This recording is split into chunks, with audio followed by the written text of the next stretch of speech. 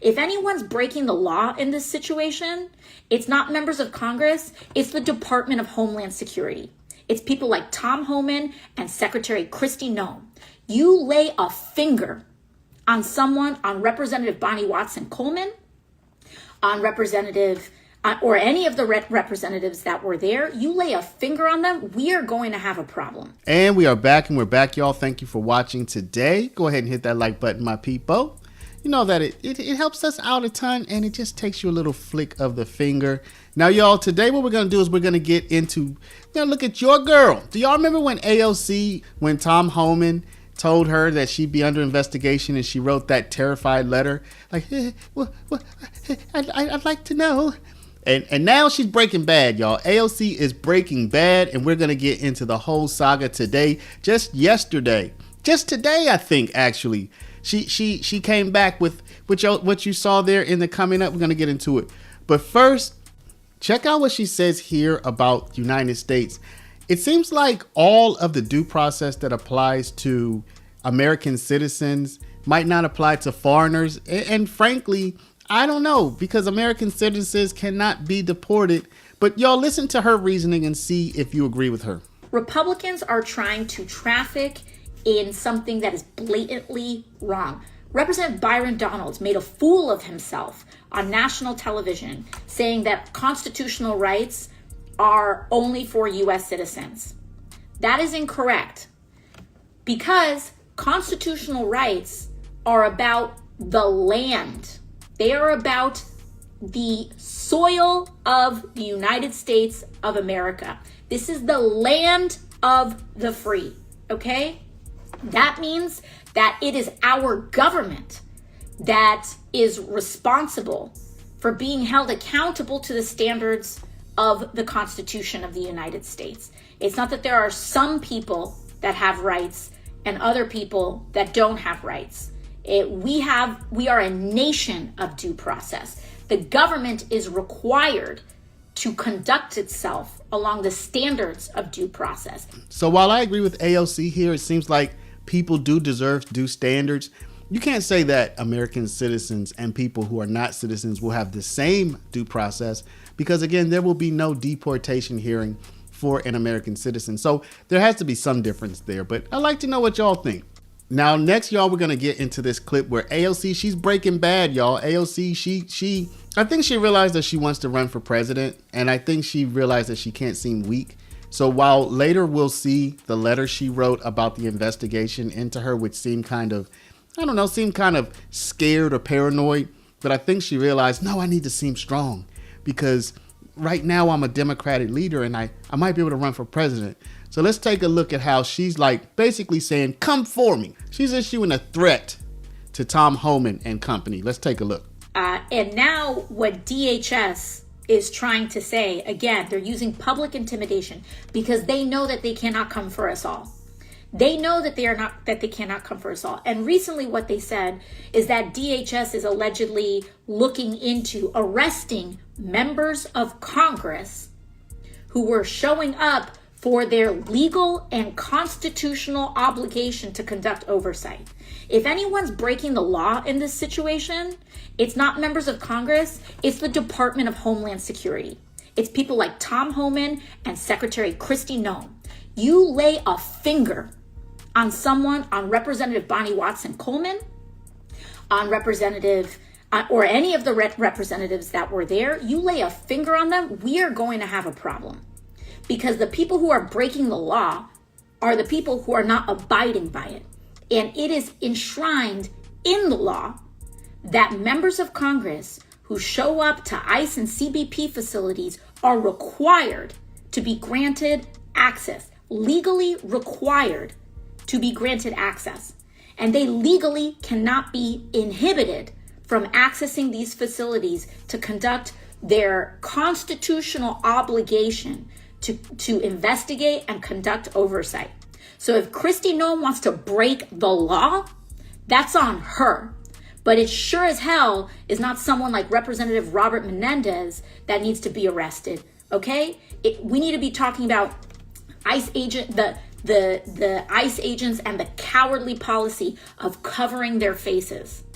covering their faces. And a lot of them are also covering their identification. These are public employees that are accountable to the public and accountable to Congress. And this idea that we are going to allow some kind of paramilitary force to bloom that is not in any way accountable to the Constitution of the United States, we got another thing coming. Because that right there, that kind of attitude is what is actually anti-American. That kind of attitude is what is actually treasonous, is to attack our Constitution and to attack the obligations that we have in our Constitution, to attack free speech, to attack the powers of Congress, to erode our ability to investigate and conduct oversight. That is what is un-American. And this administration and Kristi Noem spits on the American flag every time she does that nonsense. So I don't want to hear anything about America first. These people and this administration is putting America last by acting like a man is who they are pledging allegiance to. That is not what this country is about. And it will never be what this country is about as long as I'm alive. I'll tell you that much. Anyways, that done pissed me off. Now, we see what pisses AOC off, but y'all, you know what will piss you off? If you save all your life for retirement and then the United States dollar is debased, and right when it's time for you to get your money, the value of the dollar falls by 75%. You know, we've been seeing something like that since COVID, y'all. Protect your money. Go down into the link in the description, contact our partners at Augusta Precious Metals, and get information of how you can protect your retirement by investing in gold, which has been with mankind only for 5,000 years. So click the link in the description, Paralegold, PARALEGOLD.com, or call 844-651-8334, 844-651-8334. Get the free guide, y'all. Get the free guide. Look through it. I think you'll find a lot of information in it, and particularly if you're nearing retirement. Now, y'all know AOC is currently under investigation. She has 2 investigations open. We're going to shoot into the videos covering both of those investigations so that you can be totally up to date on what's going on with AOC and kind of get that context as to how she's breaking bad now, but she still has these 2 investigations open. Now, y'all, we're going to follow up on, if you remember, there was a spat between AOC, Alexandria Ocasio-Cortez, and Hallman, who is the new immigration border czar. And AOC was on I think it was YouTube Live, and she was giving out some advice to people on how to avoid detection, people who are in the country without permission. She's telling them how to avoid detection by the federal government who might want to deport them. And Holman did not like that. He actually said he was going to talk to the Department of Justice about that to try to find out if AOC's actions are even legal. So let's play a quick clip where AOC is going to comment on this, and then we are going to get into a letter that AOC wrote to the Department of Justice to try to determine if they have her under investigation. You had a recent dispute, if that's the right word, with Tom Homan, the president's Homeland Security czar, so-called. You held an online forum, a Know Your Rights forum, that he didn't like. What were you doing? What was your goal as you saw it? My job is to educate and act as a liaison of critical information to my constituents. And I was informing all of my constituents of their constitutional protections, and in particular, their constitutional protections against illegal search and seizure in the United States. Holman was upset, I suppose, because he felt that you were giving advice to people who were here illegally. Mm-hmm. Were you? I was giving advice to all of my constituents. Yeah. He said he was going to report you, or even that he did reach out to the Department of Justice. Have you heard from the Department of Justice? I have not, and I intend on reaching out to the Department of Justice to inquire. Really? What would your question be for the Department of Justice? Well, there is a member of the Trump administration who is threatening and seeks to open an inquiry. And are you going to do it? What would you learn? What do you hope to learn from that exchange? I think it's important to know where this administration stands and if they intend on using political intimidation to silence their critics. So now let's take a look at this news report, and we're going to take a look at the letter that AOC wrote. So the report says AOC asks Pam Bondi, so this is the head prosecutor at the DOJ. AOC asks Pam Bondi if the DOJ is investigating her for telling illegal immigrants how to avoid ICE. Representative Alexandria Ocasio-Cortez asked U.S. Attorney General Pam Bondi on Thursday whether the Department of Justice is investigating her office for teaching illegal immigrants how to avoid the Trump administration's mass deportations earlier this month. AOC's congressional office and Lawyers with Immigrant Defense Project also held a, quote, Know Your Rights with ICE, quote, webinar 2 weeks ago, educating illegal immigrants at risk of deportation about their rights and how U.S. immigration and customs enforcement gathers information and enforces immigration laws. Now, she wrote a letter, y'all. Let's just skip over to the letter. So that's what you see on the thumbnail there. It is, now I want y'all to look at this letter. This is from AOC's office. She calls Pam Bondi the Honorable Pam Bondi. And if you notice at the bottom, she CCs the Honorable Donald J. Trump. Isn't that interesting? Never thought I would see AOC referring to Donald Trump as honorable, but there you have it. Dear Attorney General Bondi, I write to request clarity on whether the Department of Justice has yielded to political pressure and attempts to weaponize the agency against elected officials whose speech they disagree with. Over the past 2 weeks, quote, border czar, quote, Tom Homan has gone on multiple forums threatening political persecution against me, citing resources I distributed, informing my constituents and the American public of their constitutional and legal rights. On February 13, 2025, Mr. Homan announced that he had asked the Deputy Attorney General to open an investigation and that I will be, quote, in trouble now, quote. It has been 14 days since Mr. Homan first threatened to weaponize your agency, but I have not yet heard any referral from the federal government. Homan's actions undercut core constitutional rights, and further transparency is necessary. I am sure you are aware of the First Amendment of the United States Constitution. Congress shall make no law respecting an establishment of religion or prohibiting the free exercise thereof, or abridging the freedom of speech or of the press, or the right of the people peaceably to assemble and to petition the government for a redress of grievances. Indeed, last week, Vice President Vance said that, quote, we may disagree with your views, but we will fight to defend your right to offer it in the public square. Quote, Mr. Homan's repeated attempts to use your agency to politically intimidate duly elected officials are a textbook threat to the right of freedom of speech in the United States. Threatening criminal proceedings for exercising the First Amendment is itself a violation of the First Amendment.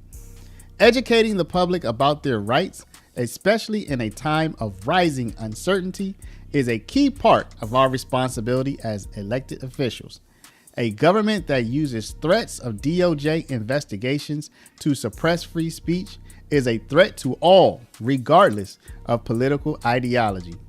Please respond no later than March 5th, 2025, with an update on the Department of Justice's response to Mr. Homan's request and transparency as to whether my office or myself is actively under investigation for exercising their First Amendment rights and executing on our congressional responsibilities. Signed, AOC. So there y'all have it. Now we're going to shoot into another clip from this same NPR interview, which gives a little bit more context. Let me know what y'all think about this. Do you think that AOC is just exercising her First Amendment rights? Or is she teaching people how to break the law and how to get away with it? Is teaching people how to break the law and get away with it as a as an elected official, does that fall under the First Amendment? What do you think? Okay. I want to hear what y'all have to say. Y'all, I really appreciate y'all watching this. Please do like, please do comment. And before you do anything else, stop right now, hit the share button, put in a text message of somebody, text number, WhatsApp, email address, something. Just share this video out. I want to hear what they have to say as well. We're going to flow right into another clip from this NPR interview. So let me know what y'all think. Let's get into it. To what extent is immigration as an issue part of your problem with working class voters? I mean, I guess my question would be what does the word problem mean? People voting for the other side and not for you. Yeah. Feeling that Democrats are not serious about the issue in ways that concern them. I think that we have a problem on immigration because of the lack of progress that we've had on this issue. And as we know, Republicans weaponized that lack of progress. Of course, there was famously a bipartisan bill last year that the Republican majority in the Senate and also in the House were willing to pass. President Biden was willing to work with them on it. And Donald Trump said, do not solve this problem. As long as it is broken, then it will be politically beneficial for us. And so it is a problem not just for Democrats. It's a problem for the entire country that Republicans do not want to solve any sort of issue with immigration. They are completely uninterested in addressing undocumented people, in addressing a path to citizenship. Well, they do want to address undocumented people by removing them. I mean, that's what the president is attempting now. Even then, you see what Republicans did with the Lake and Riley Act recently in their passage with it, in that they authorized the complete gutting of due process. So now you can take a DACA recipient, a dreamer, just accuse them of a crime. And deport them. And however, they also understand that they don't even have the infrastructure to do that. So they're actually creating it's not even about creating a deportation pipeline. They are creating a private prison camp pipeline. So they're still creating pipelines to just increase this problem here in the United States. Why do you think this issue did seem to be a political loser for Democrats among key groups and key constituencies, if what you say is true? I think that a lack of a path to citizenship in the United States, the lack of addressing comprehensive immigration reform creates a large population of undocumented people in the United States. And that is allowed to be weaponized in many ways. We have a large population of undocumented people in the United States. Overwhelmingly, it is not because they crossed the southern border of the United States. It's because they came here in a documented fashion and overstayed a visa and became undocumented. And it is the lack of ability for us to expand paths to citizenship, modernize paths to citizenship over decades that create this bubbling issue that Republicans are allowed to weaponize. And you have voters in places like Arizona, which is a swing state that Democrats lost, or Colorado, which is generally a blue state, saying there's a lot of chaos, there's a lot of lawlessness. Yes. I don't know what to do here. Who's looking out after me? And I think when that is paired with divestment from the social safety net, when that is paired with lack of progress on minimum wage, when that is paired with rising costs of living, it sets the stage for a strong man to point to any marginalized group and say it's their fault, instead of looking at the gross income inequality that we have and its actual causes in the United States. And so that, I think, is the quandary that Republicans find themselves in, because even on the debate stage, you had Vice President Vance and others trying to say that undocumented people are why we have a housing crisis in this country. And they can fulfill their entire agenda. You will never deport your way into more affordable rent. You're never going to deport your way into being able to make your mortgage meet or make your groceries more affordable. In fact, mass deportations may only make those things much more expensive, actually. And in my view, people voted to lower their groceries. People voted to try to make their lives affordable. And right now, the Trump administration is already running into roadblocks into fulfilling that promise. And they are in trouble. And that's an issue they're going to have to contest. Okay, that was the first one, which was initiated by Tom Homan. Now let's take a look at the second one, which has to do with potential misappropriation of funds. As you can see on your screen, Fox News is reporting that your favorite representative from New York, your girl, AOC, has been slapped with an ethics complaint over troubling expenses made to a dance company. Let's get into it. A government accountability nonprofit is calling on the House to launch a probe into whether Alexandria Ocasio-Cortez misappropriated her taxpayer-funded member allowance. Americans for Public Trust, a nonprofit and nonpartisan organization, sent a letter to the Office of Congressional Ethics on Tuesday, questioning, quote, several troubling expenses from AOC's disbursements, which they claim are, quote, in contravention to federal law and the standards of the House of Representatives. Quote, each member of Congress receives a member representational allowance, which is a budget for official duties that may not be used for personal or campaign purposes, according to the Congressional Research Service. However, AOC is being accused of using these funds for, quote, campaign purposes. So let's see, what is AOC accused of having spent this money on? Well, she reportedly made a $3,700 payment to a Wandy Gonzalez and another $850 to Bombazo Dance Corporation Incorporated, with both expenditures described as being used for, quote, training. Y'all think AOC is learning to dance? Is she buying herself dance lessons? So AOC, she replied to this report on her X account, right? Let's take a look at what she said. She said, this is 100% wrong. None of this is taxpayer money. This is an FEC filing. Be loud and wrong about something else. Try again next time. Now, someone followed up and said, look, to put a bow on this, AOC is gaslighting like usual. This is a member's representational allowance, as it clearly says at the top left of the page.